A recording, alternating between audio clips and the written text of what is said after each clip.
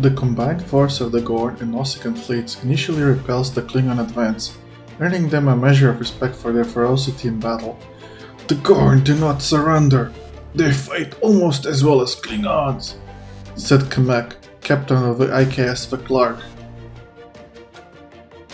Starfleet observers say that this time the Klingons may not have an easy victory. The Gorn are fighting for their homes. "They're going to make the Klingons bleed for every meter of space," said Admiral Gerald Quinn. For its part, the Federation is reinforcing outposts and colonies along the border of Klingon space and preparing to handle any spillover of hostilities. However, standard orders are to not seek out a confrontation. "We are protecting Federation citizens and property, but we have no interest in getting involved in what is a matter between the Klingons and the Gorn," said Starfleet spokesperson Marie Durant. The Federation Council passes a measure that declares the war unlawful, citing violations of the Kirima Accords and the Jankata Accord. Both the Klingons and the Gorn ignored its censure. "I think it shows just how ineffectual the Federation Council is these days. What are they gonna do next? Outlaw excessive heat in Vulcan's Forge?" said Mila Van of the Trill News Network.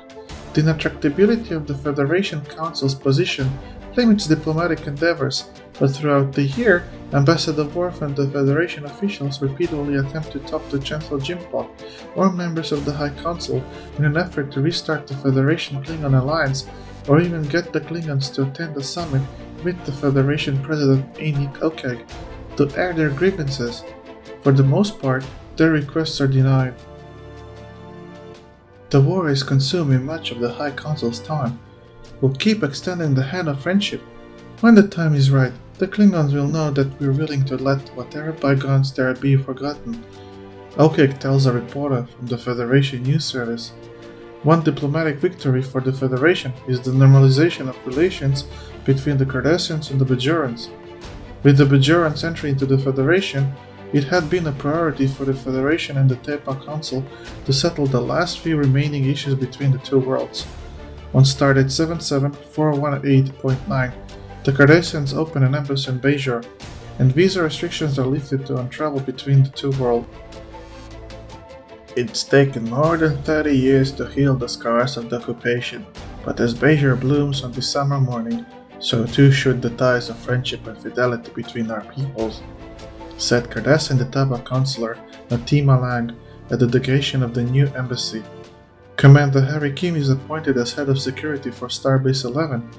In addition to his duties at the Starbase, Kim will be helping to organize improvements in Starbase defenses for outposts along the neutral zone. In a statement transmitted to Deep Space Nine, the founders disavowed any connection with the shapeshifters in the Alpha and Beta quadrants, saying that any changelings operating outside their authority are rogue. The terse subspace statement may have been directed at Lost, but Starfleet intelligence believes that it was a response to reports of Undine infiltration. On Nova Roma, Praetor Taris clashes yet again with the Romulan Senate over a plan to further restrict the power of the Praetor. Taris makes a rare personal appearance before the Senate to argue against the proposal. "In the absence of a monarch, and at a time of extreme upheaval in the Alpha and Beta quadrants, we must have one voice to speak for our empire to the galaxy. Only by expanding the Praetor's powers will we have the stability and strength. A disharmonious course leads to chaos," Taris says.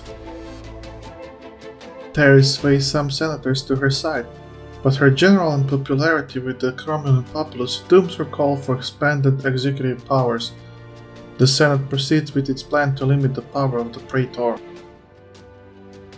In another possible problem for the Romulan Praetor, agents for Starfleet intelligence have intercepted and decoded several messages from Nova Roma to a planet deep in the Beta Quadrant. These messages point out irregularities in the reports about the death of General Tebok and the destruction of the IRW Althindor.